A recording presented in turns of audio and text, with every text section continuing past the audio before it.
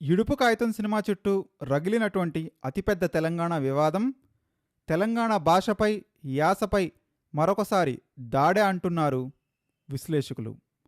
ఈ విశ్లేషణపై సమగ్రమైనటువంటి స్వరూపాన్ని మీ ముందు ఉంచేటువంటి ప్రయత్నం చేస్తాను. వీడియోను చివరి వరకు చూడటానికి ప్రయత్నించండి. మర్చిపోకుండా లైక్ చేయండి అండ్ ఒక చిన్న షేర్ చేసి సబ్స్క్రైబ్ చేయడం మాత్రం మర్చిపోవద్దు. మీరు అందించే ఈ చిన్న సహకారమే ఈ ఛానల్ బతకడానికి సహకరిస్తుంది. మర్చిపోకుండా సబ్స్క్రైబ్ చేయండి అండ్ వీడియోని చివరి వరకు చూడటానికి ప్రయత్నించండి.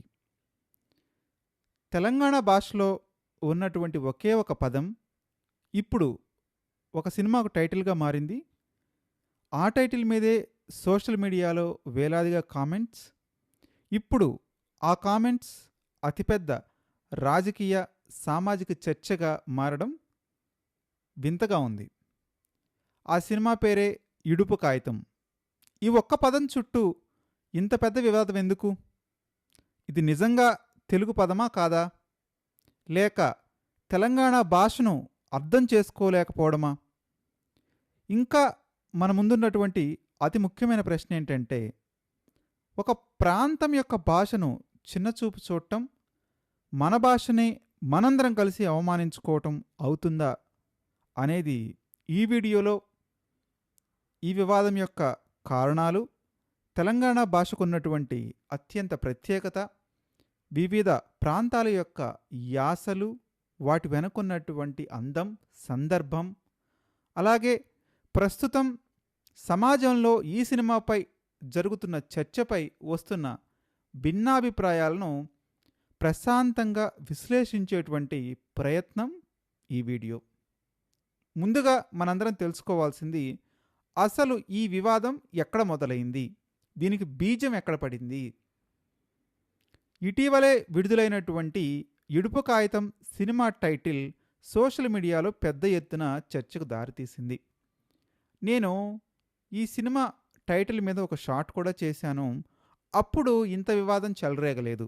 జస్ట్ ఇడుపు కాగితం అంటే ఏంటి అని నా షార్ట్లో ఎక్స్ప్లెయిన్ చేయడానికి ట్రై చేశాను. అప్పుడు ఏ విధమైనటువంటి నెగిటివ్ కామెంట్స్ నా షార్ట్కి అయితే ఎవరు చేయలేదు. కాకపోతే కొంతమంది ఎక్స్ వేదికగా ఏమన్నారంటే, ఇది తెలుగు కాదు, తెలుగులోకి డబ్బింగ్ చేయాలా, సబ్ టైటిల్స్ పెట్టాలా అంటూ కామెంట్లు చేశారు. ఆ కామెంట్ స్క్రీన్ షాట్లు కూడా మీకు పక్కన ఇస్తాను, చూడండి. ఇదే సమయంలో మరికొందరు మాత్రం ఇది తెలంగాణ గ్రామీణ ప్రాంతాల్లో సాధారణంగా వినిపించేటువంటి పదమే అని చెప్తున్నారు. సినిమా కథ తెలంగాణ కథ, తెలంగాణ గ్రామీణ నేపథ్యంలో జరిగేటువంటి కథ. మరి ఆ ప్రాంతంలో వినిపించే దాన్ని, ఆ పదాన్ని టైటిల్గా పెట్టడం సమంజసమే, సహజమే అని వారి యొక్క వాదన. ఇప్పుడు మనం భాష గురించి తెలుసుకోవాలి. భాష అంటే కేవలం వ్యాకరణం మాత్రమే కాదు. ఒక భాష, ఒక యాస, ఒక పలుకుబడి, వాటి వెనక అతిపెద్ద సుదీర్ఘమైనటువంటి చరిత్ర ఉంటుంది. ఒక సంస్కృతి ఉంటుంది, ఒక సాంప్రదాయం ఉంటుంది, ఒక జీవన విధానం ఉంటుంది. ఉత్తరాంధ్రలో మాట్లాడే తెలుగు, రాయలసీమలో మాట్లాడే తెలుగు, గోదావరి జిల్లాల్లో మాట్లాడే తెలుగు, తెలంగాణ గ్రామీణ ప్రాంతాల్లో మాట్లాడే తెలుగు, మధ్యాంధ్రలో మాట్లాడే తెలుగు, ప్రతి ప్రాంతానికి ఒక ప్రత్యేకత ఉంటుంది.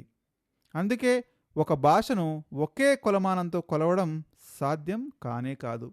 అంతెందుకు, నేను మాట్లాడే భాషలో కూడా కొంతమేర యాస ఉంటుంది, స్వచ్ఛత విషయంలో తేడాలున్నాయని నేనే అప్పుడప్పుడు అనుకుంటూ ఉంటాను. నా భాష రాయలసీమ వారికి ప్రాపర్గా చేరుతుందా, ఉత్తరాంధ్ర వారికి ప్రాపర్గా చేరుతుందా, తెలంగాణ వారికి ప్రాపర్గా చేరుతుందా అని నన్ను నేను విమర్శించుకున్న సందర్భాలు చాలా ఉన్నాయి. ఇక తెలంగాణ భాష యొక్క ప్రత్యేకతను ఒకసారి చూడటానికి ప్రయత్నిద్దాం. తెలంగాణ ప్రాంతంలో మరాఠీ, ఉర్దూ, కన్నడ మరియు ఇతర భాషల ప్రభావంతో అనేక పదాలు వారి యొక్క స్థానిక జీవితంలో ఎప్పుడో భాగమైపోయాయి. ఇది సహజమైనటువంటి భాషా పరిణామం. ఎందుకంటే ఎంతోమంది రాజులు ఈ తెలంగాణ రాష్ట్రాన్ని పరిపాలించడం కారణంగా ఇవన్నీ కూడా మనిషి యొక్క జీవ పరిణామ క్రమంలో భాగమైపోయాయి. ఇది సహజమైనటువంటి భాషా పరిణామం. ప్రపంచంలో ప్రతి భాష ఇదే విధంగా అభివృద్ధి చెందింది, చెందుతుంది, చెందుతూనే ఉంటుంది. అందుకే ఒక పదం కేవలం కొత్తగా అనిపించిందని దానిని భాష కాదని చెప్పటం సరైన విధానం ఎంతమాత్రం కాదు, స్వాగతించాల్సిన విధానం అంతకు మించి కాదు. ఇప్పుడు సినిమాల్లో ప్రాంతాల చిత్రీకరణ ఎలా ఉందో తెలుసుకునే ప్రయత్నం చేద్దాం.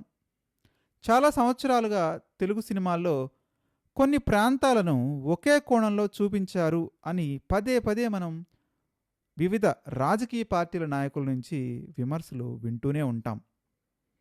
ఉదాహరణకు రాయలసీమ అంటే కేవలం ఫ్యాక్షన్ అడ్డాగా చిత్రీకరించడం జరిగింది.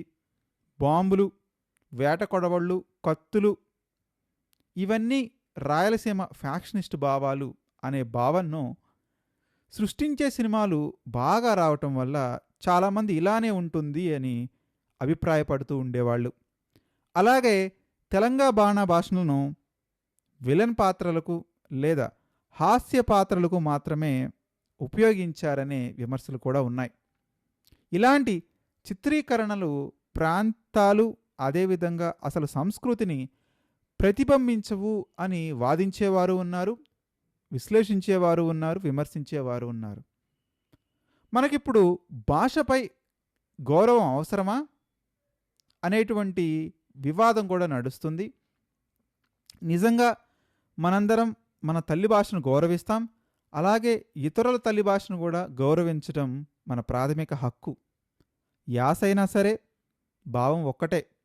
పదాలు మారినా భాషల యొక్క వైవిధ్యాన్ని గమనించాల్సినటువంటి అవసరం ఉంది. మన సమాజానికి బలం మన భాషే, మన వ్యక్తీకరణే. అందుకే భావ వ్యక్తీకరణ స్వేచ్ఛ కూడా పౌరుల ప్రాథమిక హక్కుగా నిర్ధారించింది భారత రాజ్యాంగం. మరి ఇప్పుడు ఈ అసలు వివాదాల్లో సోషల్ మీడియా పాత్ర లేదా అంటే, ఈరోజు సోషల్ మీడియాలో ఒక అతి చిన్న అంశం కూడా కొన్ని గంటల్లోనే అతి పెద్ద వివాదంగా మారిపోతుంది. అలాంటి సమయాల్లో వాస్తవాలను అర్థం చేసుకోకుండా వ్యక్తులను లేదా ప్రాంతాలను లక్ష్యంగా చేసుకొని చేసేటువంటి కామెంట్లు సమాజంలో అవసరం లేని అనవసరపు విభేదాలకు దారితీసేటువంటి అవకాశం ఉంది. ఈ ఎంటైర్ ఎపిసోడ్లో మనం నేర్చుకోవాల్సినటువంటి అతి ముఖ్యమైన అంశం ఏంటంటే, తెలంగాణ, ఆంధ్ర, రాయలసీమ 3 ప్రాంతాలకు తమదైనటువంటి చరిత్ర ఉంది, తమదైనటువంటి సంస్కృతి ఉంది, తమదైనటువంటి భాష ఉంది. వాటన్నిటినీ మనం గౌరవించటం, అభిమానించటం, ప్రేమించటం మనల్ని, మన తెలుగు సంస్కృతిని కూడా గౌరవించుకున్నట్టే. కాబట్టి ఏదైతే ఇడుపు కాగితం సినిమా చుట్టూ వచ్చినటువంటి ఈ చర్చ ఒక సినిమా పేరుకే మాత్రం పరిమితం కాదు. ఇది భాష, యాస, సంస్కృతి, ప్రాంతీయ గుర్తింపు ఇలాంటి అనేక అంశాలపై ఆలోచించే అవకాశం కూడా. మీ అభిప్రాయం ఏంటి? ఇడుపు కాగితం అనే సినిమా టైటిల్ సరైనదేనా?